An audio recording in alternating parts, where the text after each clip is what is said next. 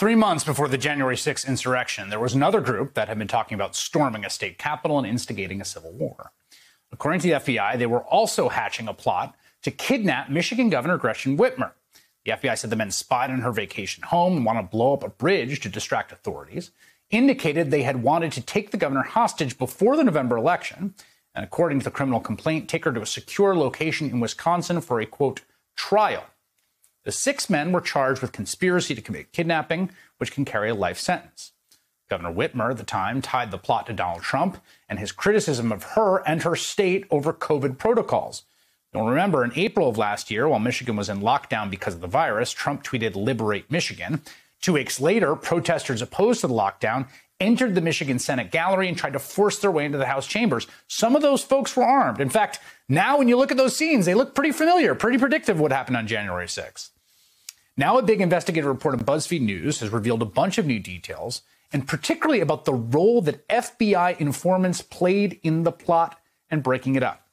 Jessica Garrison is a reporter for BuzzFeed News and the co-author of that investigation, and she joins me now. Jessica, first of all, it's a great piece of reporting. The big revelation in your piece is that a number of people involved in this plot, involved in this group, involved in organizing it, were themselves FBI informants. Tell us more about that. So, I mean, I think it's true that we always knew, even from the moment the case was announced, that there was at least one informant. In fact, at least 2. And that they had sort of been in the plot. The great revelation, of our reporting and also of what's come out in the court documents and in other media, including the Detroit Free Press, which has done a great job on this, is that there were as many as 12 informants, and that those informants played a much larger and more active role. One of the informants actually rose to become the second in command of the Wolverine Watchmen, and he was an Iraq War vet. He had training. He actually trained the Watchmen. Another informant invited people to a bunch of meetings, one in Ohio, one in Delaware. So the informants were, not just sort of passively sitting there wearing wires. They were actively involved with the group. Now, one of the informants you talk about, the sort of origin story of him being an informant is pretty fascinating, because he sort of starts out Iraq War vet, wants to kind of stay in fighting shape while he's working at a post office, kind of joins this group, has aligned politics, libertarian, doesn't like COVID or lockdown, but then gets like real freaked out by what he sees and basically goes to law enforcement and says, like, I don't like this. Yeah, I mean, and he's actually testified in court. And yeah, that's exactly right. He sort of wants to train with militia groups, and he wants to keep himself in kind of fighting shape. And he goes to Facebook and starts looking, and Facebook suggests to him this group called the Watchmen. And he goes to it, and he fills out a little survey, and he's then invited to fill out another little survey. And before he knows it, he's on an encrypted chat on an app called Wire, where people are talking about killing police officers. And this guy's like, wait a minute, like, I want to run around in the woods shooting guns. I don't want to kill police officers. So he goes to a friend who is a local police officer and shows him his phone. And the friend connects him with the FBI, and he goes to the FBI, and he's basically like, I just think you should know this.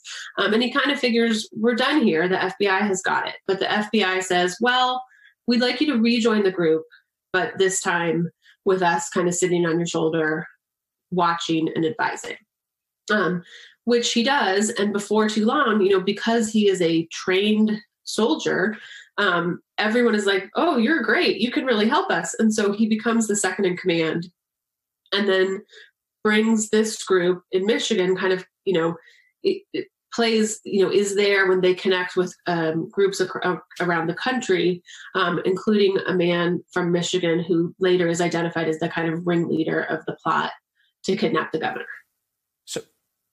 So the sort of both the subtext and sometimes the text here, of course, is that people who are in this plot allegedly have claimed essentially they were entrapped, that the sort of FBI agents crawling all over them, pushing them to do things they wouldn't have otherwise done. This was kind of like idle chatter, that it was the informants, the one pushing it forward.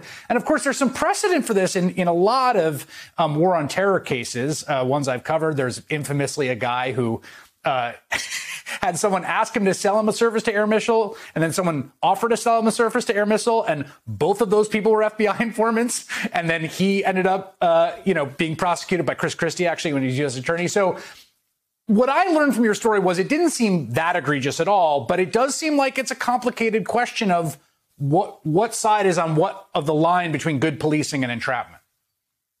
I think that's a really good question.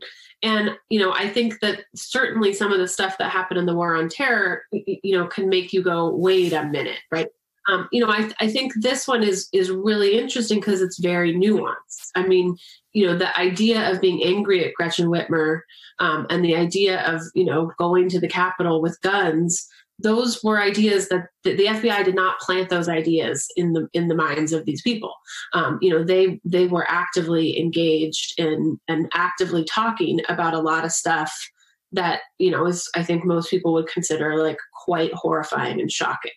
And I think as a general rule, often if the evidence against you, in this case, it's like 400,000 text messages, hundreds of hours of wiretaps, I'm not sure there are many other defenses available besides entrapment because there's a lot of evidence.